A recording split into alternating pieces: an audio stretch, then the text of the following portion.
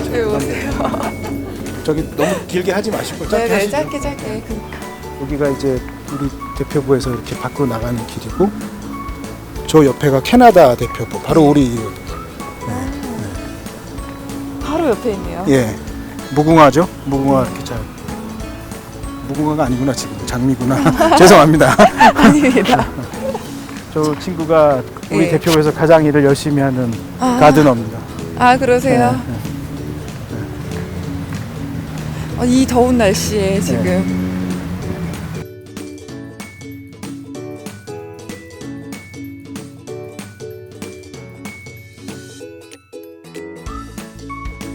우리가 지금 그 회의하는데, 그래서 다른 나라 대표들이랑 이렇게 여기서 큰 회의하거나 예전에 뭐 관계부처 대책회의하고 이럴 때도 여기서 이렇게 모여가지고 그렇습니다. 금요일 아침 9시부터 10시 사이에는 전 직원이 이제 대사님이 모여가지고 서로 하고 있는 일 이제 공유하고 지금 이제 그런 시스템을 갖고 있습니다.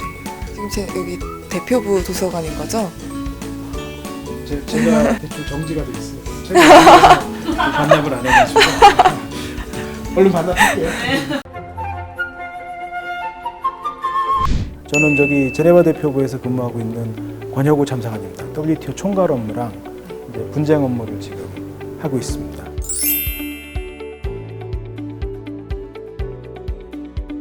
참사관님께서는 경력을 보시니까 통상 쪽에 큰 뜻을 품고 일해 오신 것 같더라고요.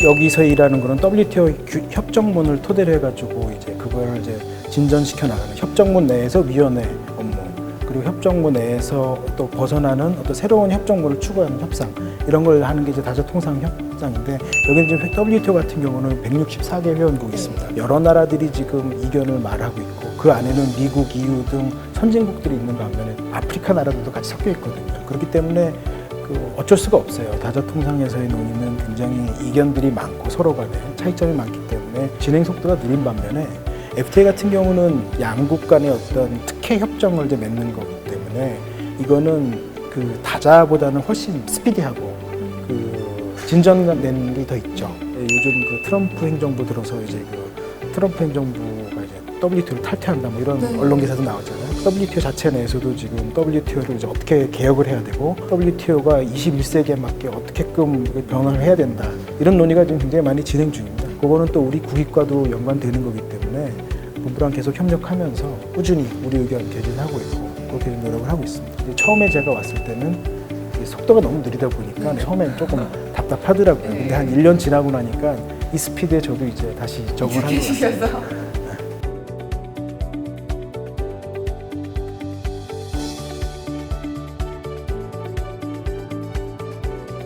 세이프가드 조치는 상대방이 이제 공정한 무역을 했어요. 그럼에도 불구하고 그 물건이 너무나도 수입이 급증을 했을 때 제재할 수 있는 수단을 둔 게 있거든요. WTO 세이프가드 위원회에다가 자기네들이 세이프가드 조치를 하게 되면 통보를 하게끔 돼 있어요. 피해본 나라가 그 나라한테 양자로 요청을 해서 양자 협의를 하는 경우도 있고, WTO 회의에서 이런 세이프가드는 부당하다, 잘못됐다라고 얘기를 하는 거죠. 작년에 이제 말씀하신 대로 트럼프 행정부 들어서가지고 보호주의가 조금 더 이제 많이 전 세계적으로 좀 많이 팽배했다라는 이제 그런 평가들을 받고 있잖아요. 그래서 미국이 또 세이프가드 조치를 이제 뭐 실행을 했고, 세이프가드 위원회가 되게 바빠졌습니다. 양자에서 했을 때는 두 나라만 듣지만 다자에서 했을 경우는 모든 나라가 다 듣는 거예요. 그렇기 때문에 여러 명이 압박을 가할 수 있는 그런 효과가 있는 거죠. 의장이 이제 그거를 발언권을 주고 또 이견이 있을 때 이제 의견 조율을 하고 이제 그렇게 이제 하는 거죠. 또 상대국과의 조율하면서 약간 그런 긴장감, 그런 것도 상당히 이제 많이 기억에 남는 것 같고요. 수산물 분쟁 승소했을 때 그때 기억이 가장 많이 남고, 일본 발로 언론에서는 우리가 이제 진골로 다 나왔었단 말이에요. 이런 보도 하에서 이걸 딱 봤는데 전혀 다른 결론이 나왔어요. 통상 분쟁과에 있는 담당 사무관이랑 통화를 했더니 우리가 이긴 거 맞죠? 서로 이렇게 확인하면서 그 사무관도 보도 참고 자료라고 그러나 이 결과를 사실 준비를 해놨던 거를 고치고 있다. 대신 이렇게 눈물은 흐르지만 아주 기쁜 마음으로 고치고 있다 얘기를 하는데 저도 그 얘기를 듣고 굉장히 아주 울컥했던 기억이 납니다. 진짜. 통상 협상을 계속 하고 싶다 그러시면 상대방에 대한 이해도 오픈된 마인드가 일단 가장 필요할 것 같고 영어를 많이 쓰니까 영어 능력, 국제법, 통상법, 법에 대한 어떤 그런 지식 그런 게 좀 많이 배양이 되면 더 좋을 것 같습니다. 요즘 뭐 젊으신 분들은 능력 있으신 분들이 많아가지고 제가 이런 얘기하면 뭐 크게 뭐 도움이 될지 안 될지는 잘 모르겠습니다. 저희 WTO에서 근무하시는 심지어 사무총장실에서 근무하고 계시는 변호사님을 모시고 간단한 인터뷰 진행하고 있습니다. 저는 정혜경이라고 합니다. 이렇게 웃으면 안 되는데 어색해서. 저는 WTO에서 지금 일한 지 한 15년 됐고요. 법률국에서 쭉 일하다가 6년 전에 지금 사무총장이 이제 취임을 시작했을 때 팀을 들어가서 같이 이제 그 사무총장실에서 지금 일을 그 법률 고문. WTO 한 번에 지원해서 딱 합격하신 거예요? 전혀 그렇지 않죠. 뭔가 이제 원하는 게 있으면 계속 해보는 게 중요한 것 같아요.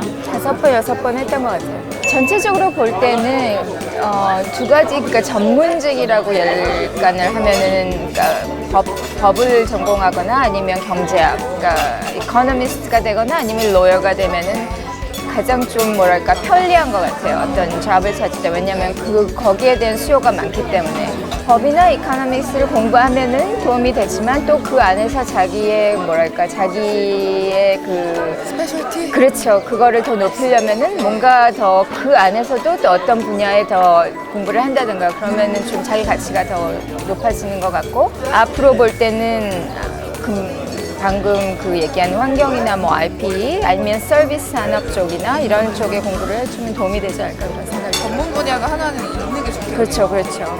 그럼 외국어는 영어 말고도 제2외국어도 해야 되나요? 할 수 있다면 많이 도움이 되죠. 왜냐하면 3개 지금 그 공식 용어가 WTO는 영어, 불어, 스페인어 이렇게 되어 있기 때문에 뭐 영어 말고 하나를 더 하면은 많은 도움이 되죠.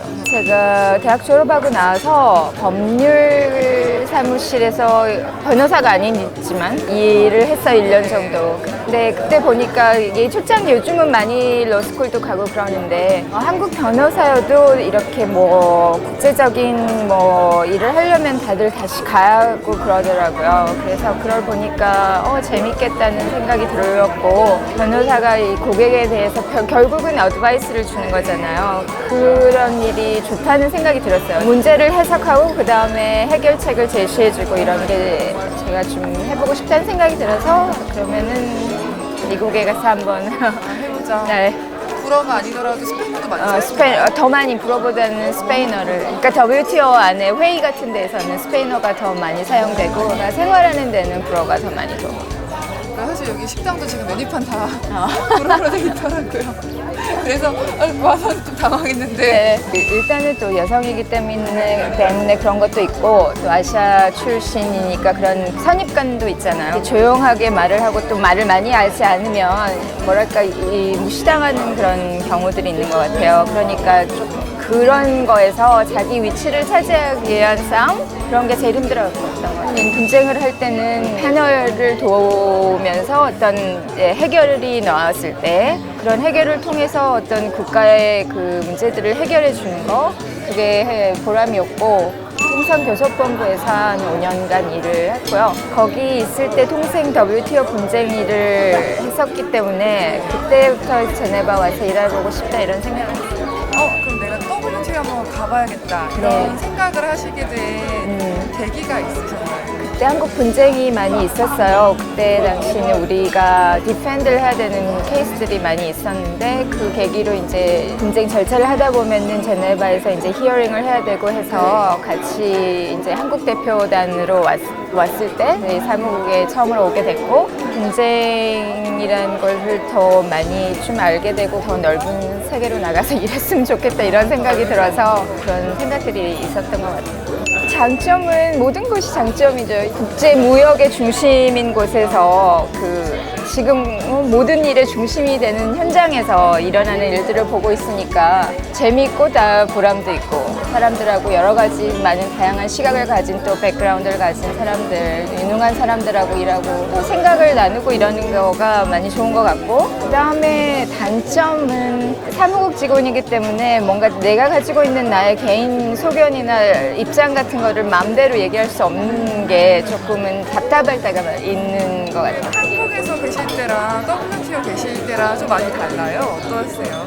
하루 오래돼가지고서 잘 생각이 안 나는데 아무래도 한국에 있을 때는 이제 한국 정부를 위해서 일하는 것이었기 때문에 사무국은 이거는 이제 자기 국적이 없이 이거는 중립적인 입장에서 모든 회원국들의 일을 도와서 하는 거니까 그런 면에서 가장 큰 차이가 있겠고 모든 여러 나라 사람들하고 같이 일을 하는 거니까 또 그런 문화적인 그런 어떤 차이도 있고 그런 거가 다른 점이겠죠.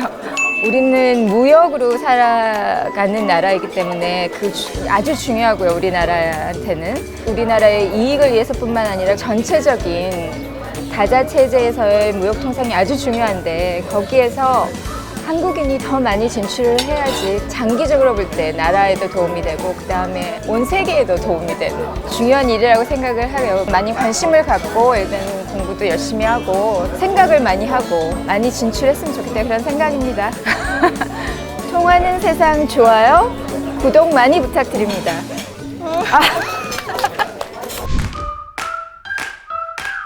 여기는 어떤 공간이에요? 여기가 이제 아트리움. 근데 한국 대표단 바로 옆에 일본이 있습니다, 지금. 기본적으로는 알파벳 순서로 돼 있습니다. 네. J 다음에 K 이렇게 배치가 돼 있고 일주일 동안 WTO 일반 원칙부터 분쟁 해결 절차까지 첫날이지만 되게 그러니까 교육을 잘 왔다 이렇게 일단 느끼고 있습니다.